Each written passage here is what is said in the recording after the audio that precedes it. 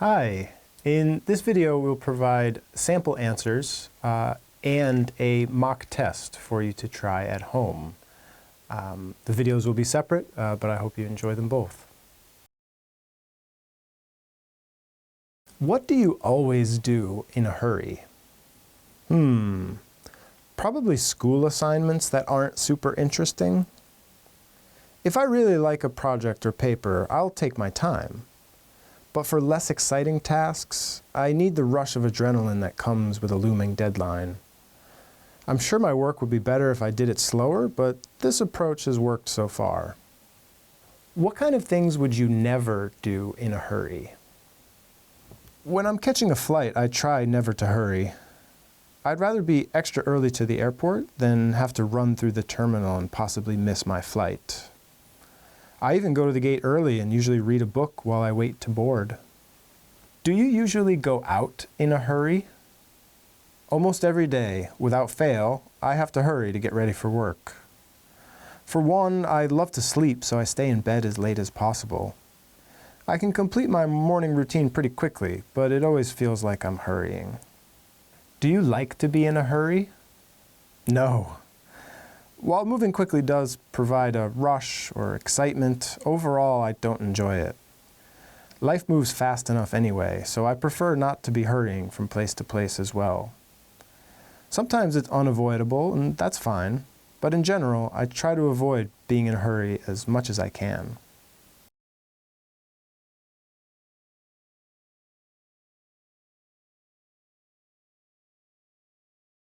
As a child, I used to enjoy playing a game called Monopoly. It's a classic board game that involves rolling dice and moving a game piece along a board. As you move around the board, you can buy property and build houses and hotels. Then when other players land on your spaces, you can charge them rent. The goal of the game is simple: get all the money. I usually played this game with my family or friends.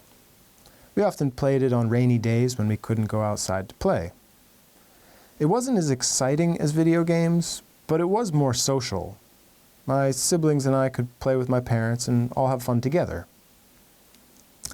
I think we played the game simply because it was entertaining and competitive. Because you use dice to move around the board, the outcome is partially random.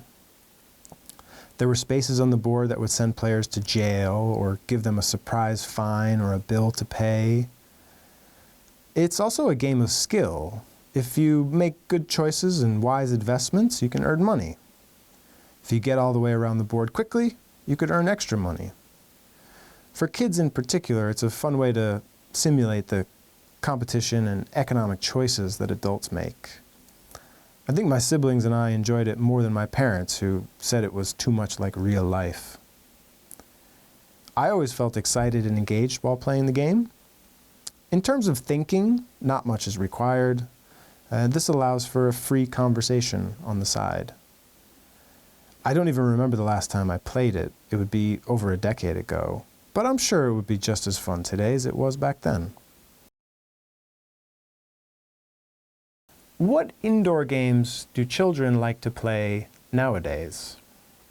I understand that video games are quite popular with young people nowadays. I'm not sure which games they play, but I can understand why. Video games are so realistic. The graphics and gameplay are simply amazing. There are also so many styles of games, so there's something to match basically everyone's interests. What's the difference between the games children play now and those in the past? The biggest difference is probably the rise of video games over the past few decades. As kids spend more time indoors playing video games, they're probably less likely to play outdoors. Going back several decades, kids had to make games out of whatever was lying around the house. This required a lot of imagination.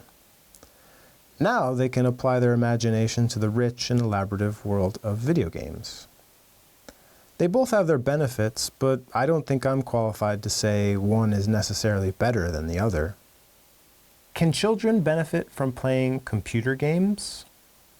I know many older people think video games are a waste of time.